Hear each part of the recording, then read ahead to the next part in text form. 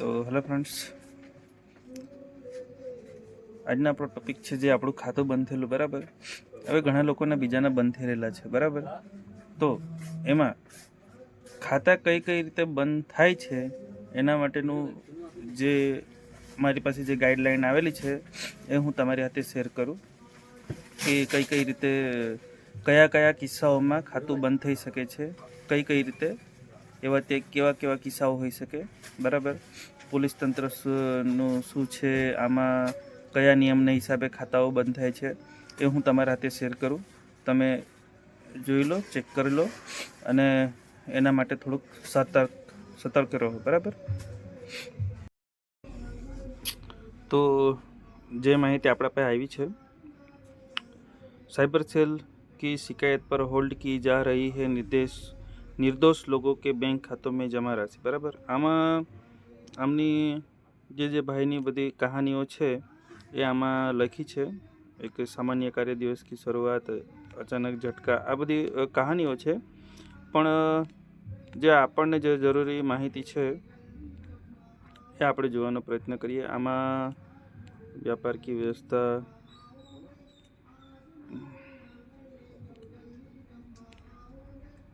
કોઈના ખાતામાં હોલ્ડ થઈ જાય કે એક વાંચી લઈએ. બરાબર, मुस्तफ़ा सेफी व्यापारी की व्यवस्था. व्यवहार शहर में मोबाइल शॉप चलाने वाला मुस्तफ़ा सेफी इस पूरी श्रृंखला की शुरुआत है. उनकी दुकान पर रोजाना आसपास के शहरी और ग्रामीण इलाकों से लोग आते जाते रहते हैं. मोबाइल फ़ोन सेलिंग, रिपेयर या रिचार्ज जैसे सभी काम होते हैं. मुस्तफ़ा बताते हैं, मुझे अपनी गाड़ी का इंश्योरेंस कराना था. मैंने अपने कर्मचारी पवन को राशि ट्रांसफ़र की. पवन ने वही राशि सेल्स एग्जीक्यूटिव पुरुषोत्तम को दी. पुरुषोत्तम ने वही राशि शाहिद खान के खाते में ट्रांसफ़र की. शाहिद ने शेष राशि मिलने के बाद कंपनी के अकाउंट में पूरी रकम ट्रांसफ़र करके हमें पॉलिसी उपलब्ध कर दी. यह पूरी तरह से वैध व्यापारिक लेन देन था. फिर भी सभी के अकाउंट में 5,000 रुपये की राशि पर होल्ड लगा हुआ है. मुस्तफ़ा कहते हैं, 1 वर्ष पूरा हो चुका है लेकिन कोई समाधान नज़र नहीं आ रहा है. बराबर, આ ટાઈપનું છે સિસ્ટમ की જટિલતા. હવે જે આપણને ઇમ્પોર્ટન્ટ ટોપિકો છે જે એ આપણે જોઈ લઈએ. સાયબર સેલ बैंक फंड पर रोक क्यों लगाती है. बराबर, तो जे माहिती अनुसार सूचना प्रौद्योगिक अधिनियम 2000, भारतीय दंड संहिता की धारा 420 और आईटी अधिनियम की धारा 66D के प्रावधानों के तहत पुलिस या साइबर अधिकारी बैंकों को आपराधिक गतिविधि से जुड़े संगठित फंड को फ्रीज करने या रोकने का नोटिस जारी करने के लिए अधिकृत है. बराबर, આ નિયમના આધારે આપણા બેંક ખાતાઓમાં પોલીસ કે પછી સાયબર ક્રાઇમ જે પણ પોલીસ છે એ લોકોને આ અધિનિયમના હિસાબે હક મળેલો છે કે જે આપણા ખાતામાં જમા રાશિ પર ફ્રીઝ કરને, રોકને, નોટિસ જારી કરને કે लिए ફ્રીજ એકાઉન્ટ કરવા માટે નોટિસ જારી કરવાનો અધિકૃત છે. બરાબર, સંગઠિત ધન का स्रोत, कभी कभी फ्रॉड કેવી રીતે થાય જોજો. કે कभी कभी फ्रॉड या धोखाधड़ी की गतिविधियों से आने वाले पैसे प्रत्यक्ष या अप्रत्यक्ष रूप से एक निर्दोष व्यक्ति के खाते में स्थानांतरित हो जाते हैं ताकि मूल स्रोत को छुपाया जा सके. यदि आपके खाते में अनजाने में भी ऐसे पैसे आते हैं वह जांच के दायरे में आ सकता है. जो આવી રીતે બી ભાઈ પ્રત્યક્ષ या अप्रत्यक्ष રૂપથી બી તમારા ખાતામાં પૈસા આવતા હોય. બરાબર, કોઈ પણ ગતિવિધિઓથી એવી રીતે કોઈ પણ નિર્દોષ વ્યક્તિના ખાતામાં એવો કોઈ પણ રીતે પૈસા આવી જાય તો પણ ભાઈ આ વસ્તુ થઈ શકે છે. तो पण वह जांच के दायरे में आ सकता है. बराबर, પછી शिकायत या एफआईआर दर्ज. આમાં શું કહેવા માંગીએ, यदि साइबर फ्रॉड का कोई शिकायत या एफआईआर दर्ज करता है और आपका बैंक खाता जांच में शामिल हो जाता है तो साइबर सेल बैंक को संबंधित राशि पर रोक लगाने का निर्देश दे सकती है. એટલે ભાઈ ફ્રીજ કરવા માટે આવી રીતે બીજો કોઈ એફઆઈઆર કરી દીધું કોઈ છે એ જાંચમાં જો આપણું ખાતું આવતું હોય તો પણ આપણું ખાતું પર આ લોકો હોલ્ડ લગાવી શકે છે या फ्रीज કરી શકે છે. मनी लॉन्ड्रिंग निरोधी अनुपालन.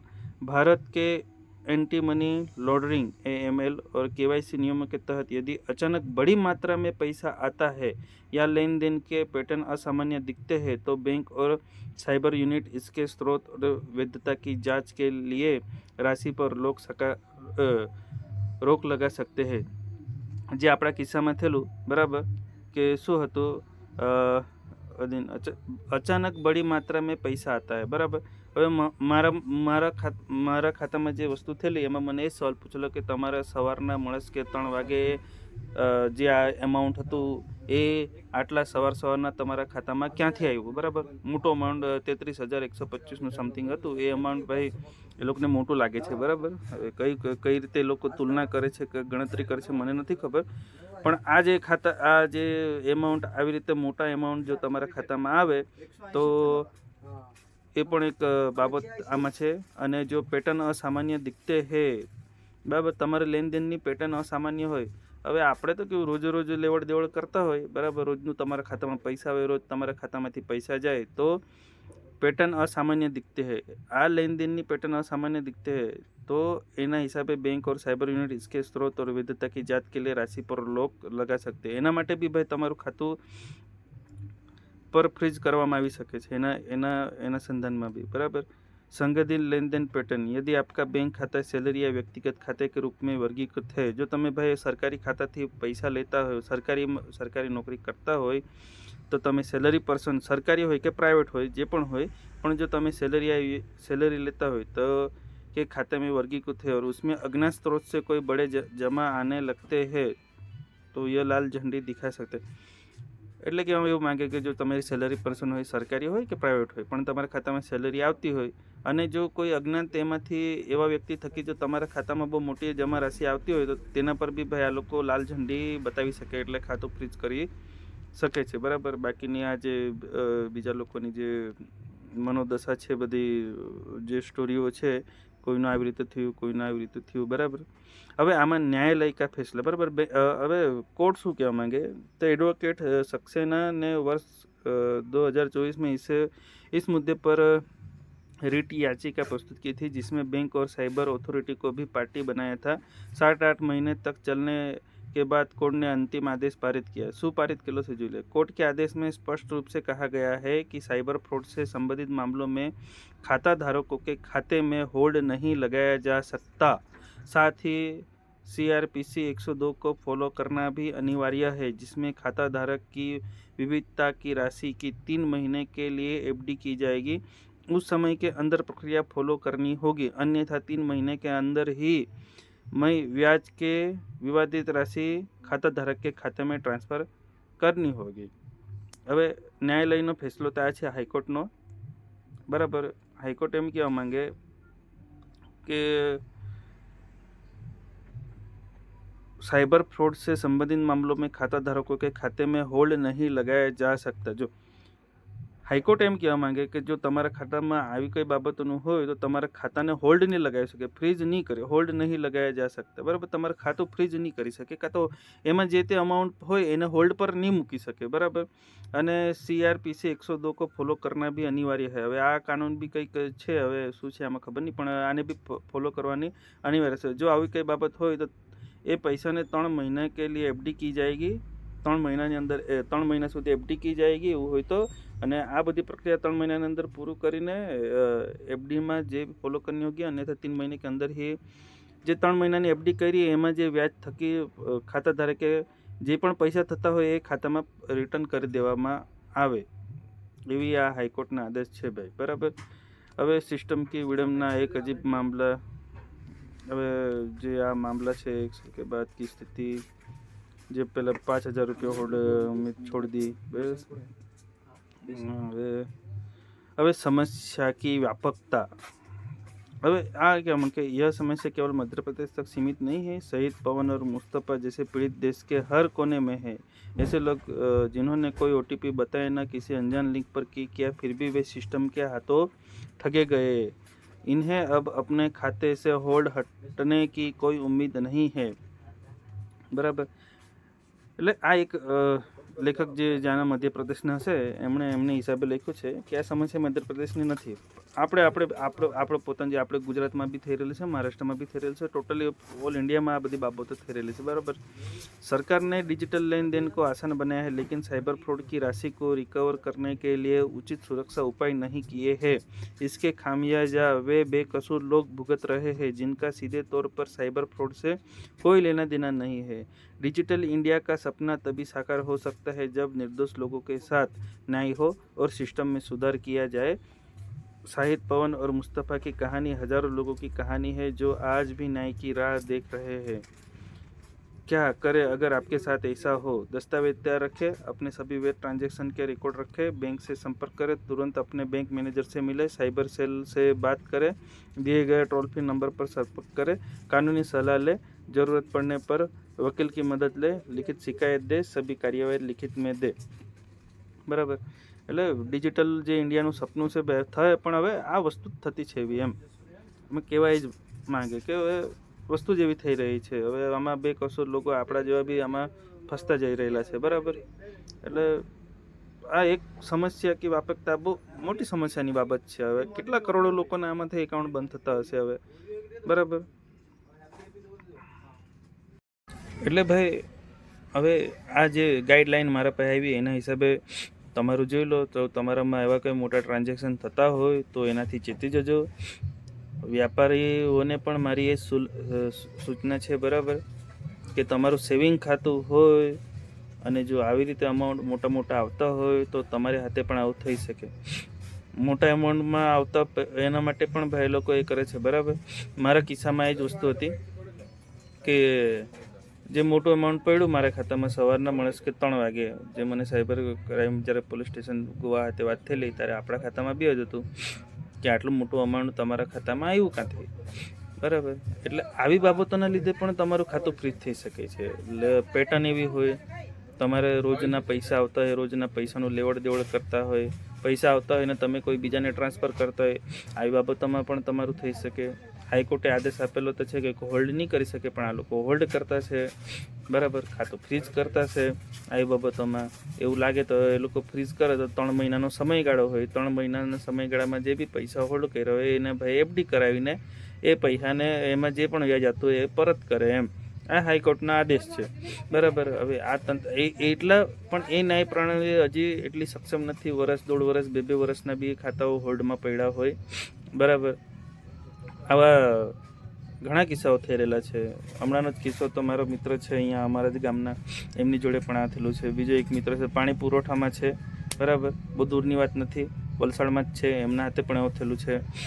બરાબર, હમણાં અહીંયા માલેગાંવમાં જે ભાઈ છે એમના હાથે પણ એવું થયું, એક ગલકુણમાં ભાઈ છે એમના હાથે પણ થયું, સામગાનમાં પણ એવા ભાઈ છે એના હાથે થયું। કહેવાનો મતલબ જ્યારે સ્ટાર્ટિંગમાં સામગાનની બ્રાન્ચની વાત કરું તો જ્યારે સ્ટાર્ટિંગમાં 3 ખાતા બંધ હતા, હું જ્યારે ગયેલો ત્યારે આજની તારીખે 33 છે અને હવે કદાચ હજી વધી પણ ગયેલા હશે। તો જે આ ગાઈડલાઈન મારા પાસે આવી છે, બરાબર, મેં તમારી હાથે આ વસ્તુને શેર કરું છું।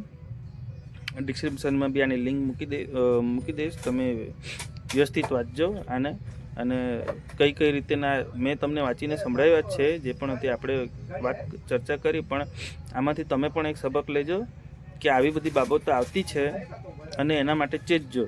બરાબર, જો તમારા ખાતામાં વધારે ટ્રાન્ઝેક્શન થતા હોય, વધારે લેવડ દેવડ થતી હોય, મોટા એમાઉન્ટ પડતા હોય, બરાબર, તો એના માટે થોડુંક સાવધાન રાખજો। આ બાબતો આપણે થોડીક સાવધાની રાખીશું તો આપણું ખાતું ફ્રીઝ નહીં થાય। બરાબર, બાકી તો હું જે દ્રષ્ટિકોણથી જોઉં સાયબર અને એફઆઈઆર દર્જ થાય કોઈના ખાતામાં એવા ફ્રોડના પૈસા આવ્યા અને એવા કંઈ કિસ્સામાં આપણું ખાતું બી આમાં લિંક હોય તો આપણા જાંચ માટે તો પણ આ લોકો ફ્રીઝ કરે છે। બરાબર, જ્યાં આપણો કંઈ કસૂર જ ના હોય, તેમાં આપણી કંઈ ભૂલ જ ના હોય, તેમ છતાં આપણા ખાતા ફ્રીઝ કરી દેવામાં આવે। એટલે આવી બધી બાબતો, એટલે આ બધી બાબતોના લીધે જ આજે ડિજિટલ ઇન્ડિયા જે કહે છે હવે, બરાબર, એની જગ્યાએ લોકો આજે કેશ પેમેન્ટમાં લેવડ દેવડ કરવાનું યોગ્ય ગણે છે। કેમ કે આવી રીતે જો ફ્રોડ થતા રહેતા હોય તો પછી ડિજિટલ ઇન્ડિયા ક્યારે બનવાનો ભાઈ? હવે લોકો તો પરેશાન થાય ને। હવે હું જ પોતે પરેશાન થઈ ગયેલો। બરાબર, બીજાની તો વાત શું કરું? બરાબર, પૈસા એવી વસ્તુ છે કે જેનાથી આખું તંત્ર ઘરનું ચાલતું હોય, એ જ વસ્તુ અટકી જતી હોય તો કોણ નહીં પરેશાન થાય? હું નહીં, કોઈનું પણ જેનું આજની તારીખે જે પણ વિડીયો જોતો હોય એ ભાઈ બી આજે કેમ જ કહે કે ભાઈ મારું બી ખાતું બંધ થઈ ગયું અને ખરેખર હું પણ પરેશાન છું. પૈસા બાબત જ એવી છે ભાઈ, હવે કોઈનું બી બંધ થાય તકલીફ તો પડે જ, બરાબર. તો થોડુંક આ સિસ્ટમે બી થોડુંક ધ્યાન આપવું જોઈએ, બરાબર, કે કોઈ વ્યક્તિના નિર્દોષ કોઈ વ્યક્તિઓ આમાં સળવાઈને જે સિસ્ટમ થકી એ લોકો જે કાર્ય કરતા હોય એમાં આપણે કંઈ નાની મળે, પરંતુ કોઈ એક સામાન્ય માણસ જે એવા નિર્દોષ માણસના ખાતા બ્લોક થાય ને ભાઈ, એ વસ્તુ ખોટી. એમ સિસ્ટમમાં થોડુંક તો બદલાવ કરવો જોઈએ એમાં લોકો, એમ તંત્રએ થોડુંક તો ધ્યાન આપવું જોઈએ આમાં, એમ કે ખરેખર ગુનેગાર છે એ લોકોને પકડવા જોઈએ. એમ આ જેના ખાતામાં પછી પૈસા જતા રહે, જેના એક પછી બધા લાઈનમાં લોકો ફ્રીઝ કરતા જાય, કંઈ ખરેખર કંઈ યોગ્ય છે? એમ જે ટ્રાન્ઝેક્શન જ્યાંથી આવ્યું છે એમને તમે એ કરો ને, એમ મારો કહેવાનો તો મતલબ એમ. પણ જે બી હતું તે ગાઈડલાઈન મારા પર આવી અને તમે જાગૃત થાવ એના માટે મેં આ વિડીયો બનાવી દીધો અને આમાં જે પણ વાતો આવી એ મેં તમારા હાથે શેર કરી.